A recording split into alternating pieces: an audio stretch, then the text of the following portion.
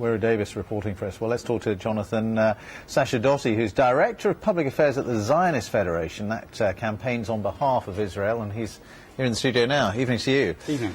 Do you think these talks can be successful? Yes, I do think these talks can be successful. The Zionist Federation, as the government of Israel, is very optimistic about the talks. There's no denying that it's a very complicated issue and that there's a lot to negotiate and to discuss. But Israel has agreed to and called for these negotiations since the formation of this current government, with no preconditions on either side.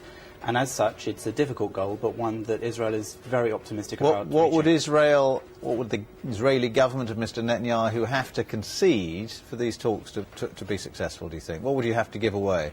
I think if I could tell you that right now, I probably wouldn't be sitting here. All right, let me ask you another question. What would you be prepared to give away? I think that it's very important that both sides are committed enough to this process that they're willing to make concessions that will doubtless hurt somewhat certain parts of their constituent members. And it's important that the talks are going ahead now. This shows a commitment on both sides. It's time that the commitments shown by Israel in its gestures, such as the 10-month suspension of building settlements in the West Bank area, such as the removal of roadblocks, despite what we saw yesterday with the killing of 4 Israelis, including a pregnant woman.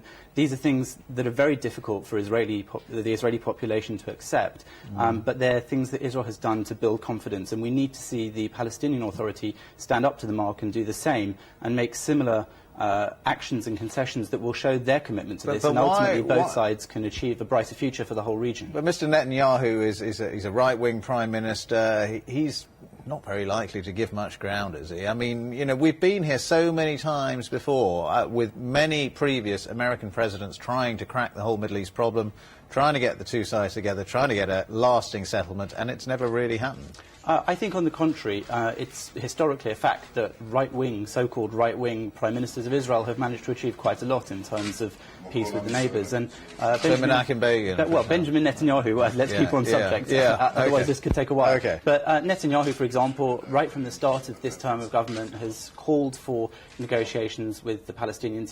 He's said that he would fully recognise a two-state solution for the two peoples. These aren't things that we should forget easily, and they're things that he's now showing he means by openly going to negotiate with the Palestinians in America, despite things like the killing of 4 innocent Israelis yesterday. These things can't be allowed to derail the peace talks, because, as a survey even showed, 2/3 of the Palestinian people, a survey revealed on Monday, support direct peace negotiations, or indirect peace negotiations, want peace, as does the majority of the Israeli population. But you say that, but I mean, there are those who will say that Israel goes through the motions of talking peace. It turns up to these peace talks every so often, but ultimately it's quite happy with the way things are, because the Palestinians are not that much of a threat. I don't think anybody could claim that the Israelis are happy with the attacks that are put upon them by the Palestinians, whether it's from the West Bank or from Gaza. The killing of 4 innocents yesterday, the 10,000 rockets that have been launched from Gaza after complete withdrawal from the area on Israel's part. These things aren't things that people in Israel are happy with, but it's a fact that Mr. Netanyahu has to defend the 3 principles that any peace agreement has to be based on. One is security, one is a recognition of the State of Israel as a national homeland for the Jewish people, and the third is a complete end to the conflict. Without those 3 things, there can't be peace. So, of course, Mr. Netanyahu must stand his ground on those sorts of issues, but when it comes to compromises which might be necessary in order to reach that goal and a brighter future for the region, then I believe that Mr. Netanyahu is ready and has proven that he's ready to stand up to that and to deliver. It's a question of whether or not he can be met with a serious partner for peace on the other side, and we all hope so.